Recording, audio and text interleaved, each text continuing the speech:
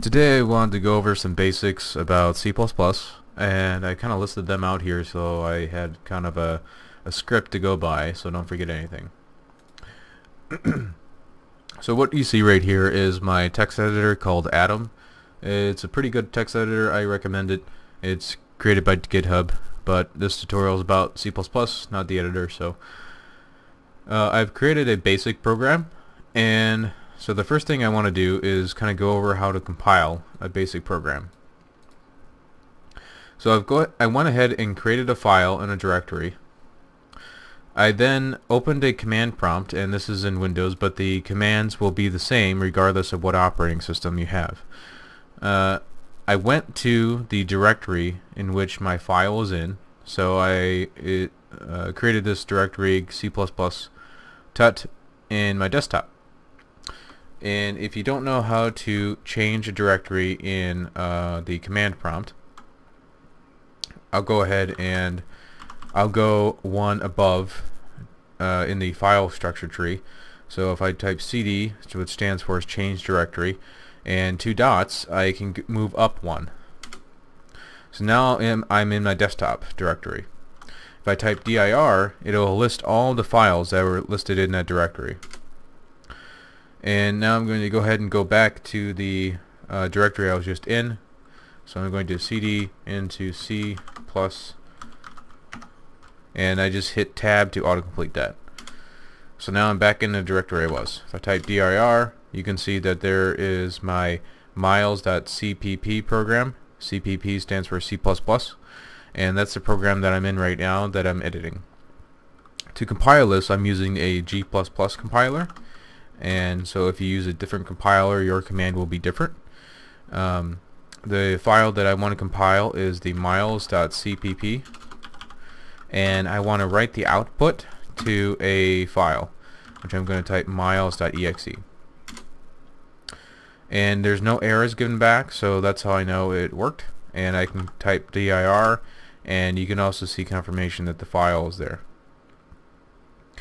Now let's go ahead and run that by just typing miles.exe, and it doesn't do anything at the moment, and so it just produces a blank line. Looking at our program, the first thing I wanted to go over was how to write a comment. So in your program, you notice that this text editor has some syntax highlighting. Comments are things that the compiler, which is the G++ program here, there are things that the compiler ignores. So you can write whatever you want, such as this kind of script I wrote, for example, and anything inside of there the compiler will ignore, and you won't get compiler errors. So a one-line comment is like this.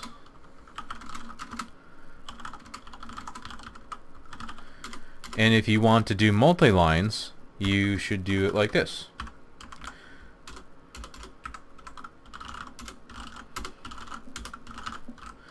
Difference being is that if you type a comment after these 2 slashes, it is going to be interpreted by the compiler. So if I were to save this and run this in the G++ compiler, you would then receive an error. And I'm going to hit the up arrow key to reuse my commands.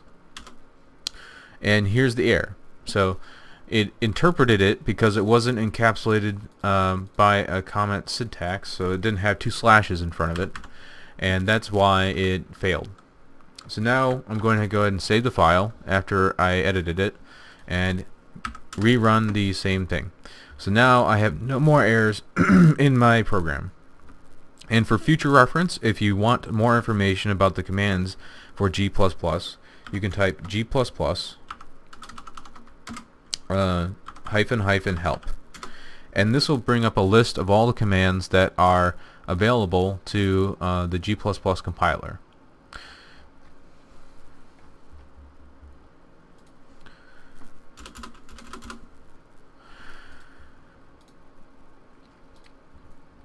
So looking more closely at a program and at C++, the first line you notice is this include directive. So the include directive has a syntax like this. It has a hashed symbol and then the word include, and it includes a library. A library is simply pre-written code that you don't have to write, and it involves, in this case, input and output for us. So we don't need to write any type of input and output code.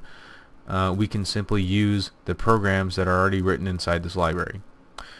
And the brackets here represent, indicate that the class IOStream is part of a C++ standard library. The next line you're going to see here is using namespace. So what that means is that in addition to using the code that's written in here, the namespace std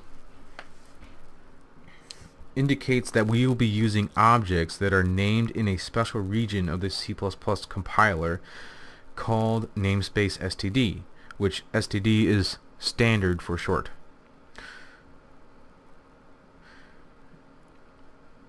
And that line will end in a semicolon.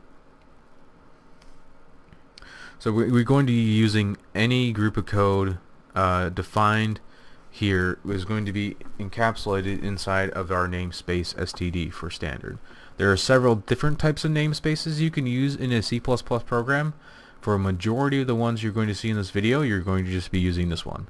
If you do use multiple, you would have to define exactly which group of code goes to which namespace that you're referring to. Let's see. Okay, so I wanted to go over functions as well.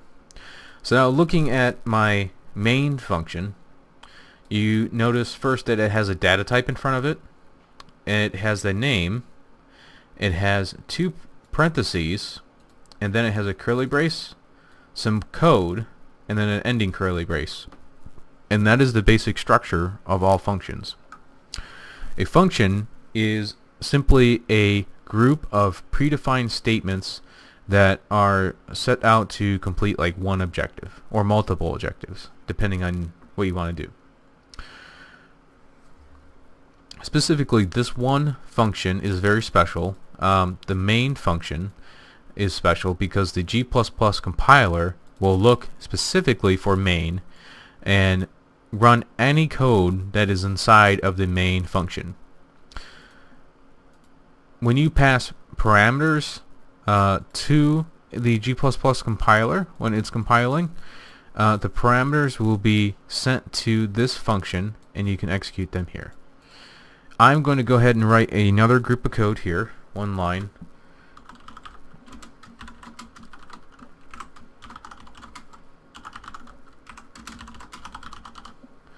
And just so you have an idea that it's actually working, I'm going to explain this line in a sec. I'm going to go ahead and recompile it, and then I'm going to execute my miles.exe, and I'm just hitting the up arrow key to get back to my previous statement. And you can see that outputted hello world, which is exactly what I wrote here. So it looked at for the main function and then executed all the code that's encapsulated by the two brackets.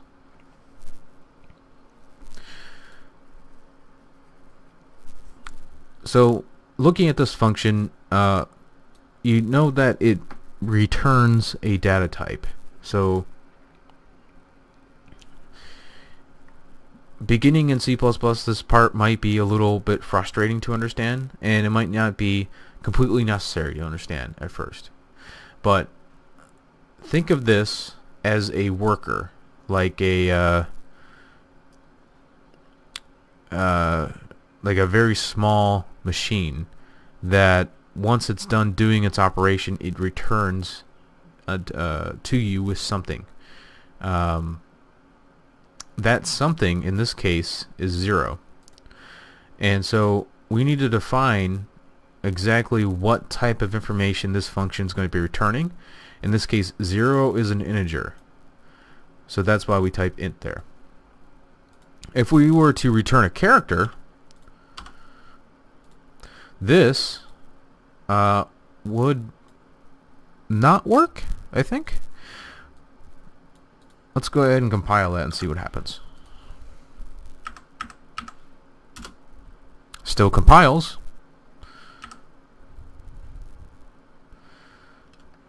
And still prints out hello world. So why was that the case? That was the case because characters are actually represented by integers as well. If I can think of another data type here, if we return 0.0, which is a double or float value, then the compiler should complain at us because the data types are different. So let's compile this again. Still compiles. So what happened there? I've got to find my executable. Still works. So let's see what happens if we create a integer and we assign it to 0.0 and then we output the value of it.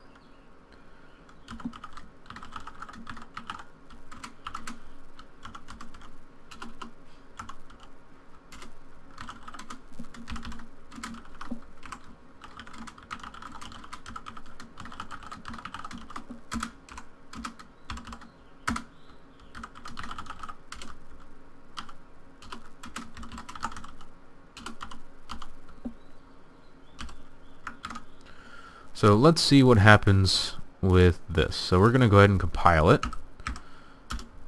Compiles. Let's run the program. And you can see it implicitly converted it into an integer. Instead of outputting 0.0, it outputted 0.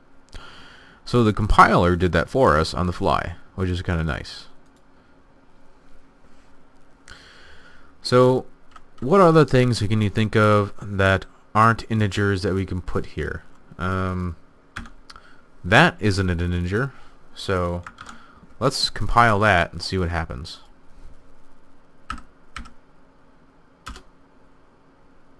It worked again. So in this case, let's see what happens with miles.exe. So it rounded it. It's casting it to an integer, and as a result, it puts that.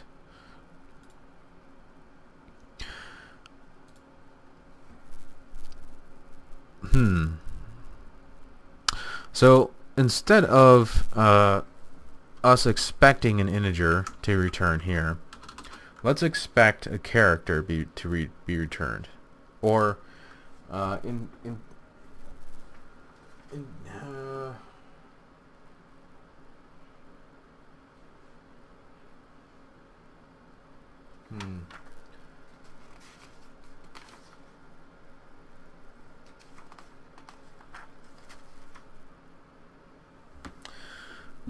let's go ahead and put a character here and then see what happens.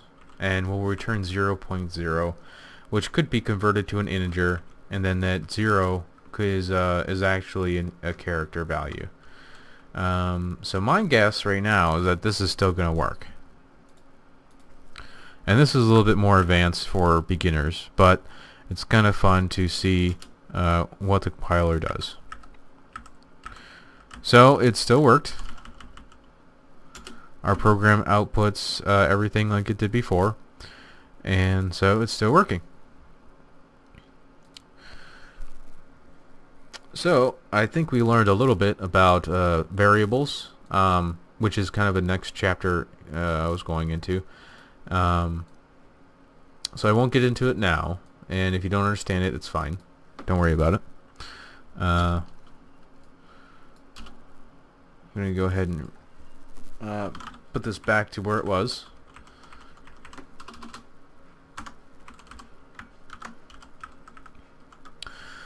So the next thing that I wanted to go over was Seeout and seein. So you see me use Seeout already, and what that does is a standard output to the screen. Seein is kind of like its brother, or sister, and it receives inputs from the keyboard, the standard input device. And Seeout is denoted by this symbol pair, and seein is denoted by this symbol pair. And the difference being is that this grabs information and puts it into memory, whereas this writes it to the screen. You also see me use endl, and what that does is it simply breaks to a new line. So for example, let's say I had multiple of these statements.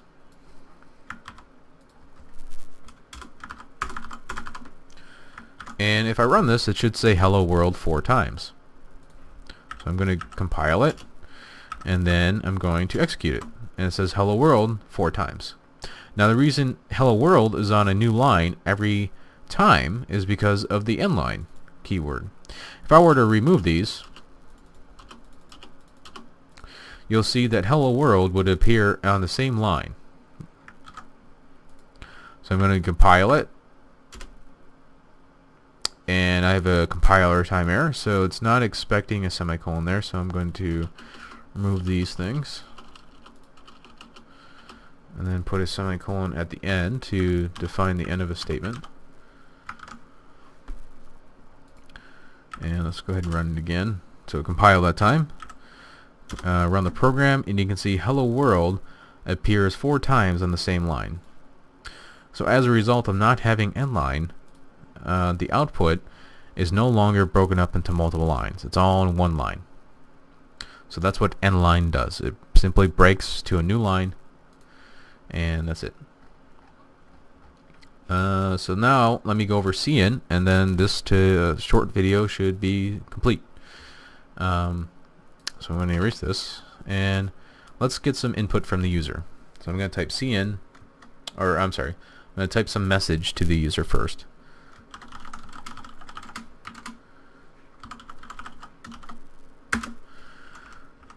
And then I'm going to type seein.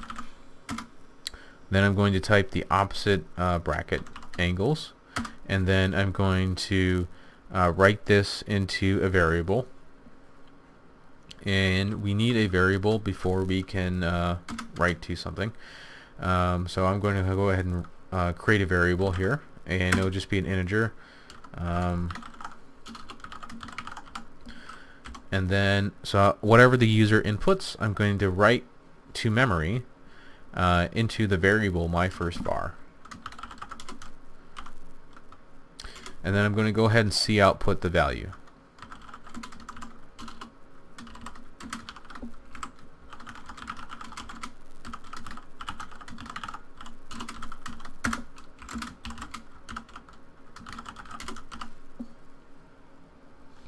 And let's go ahead and save it, and then we're going to compile it.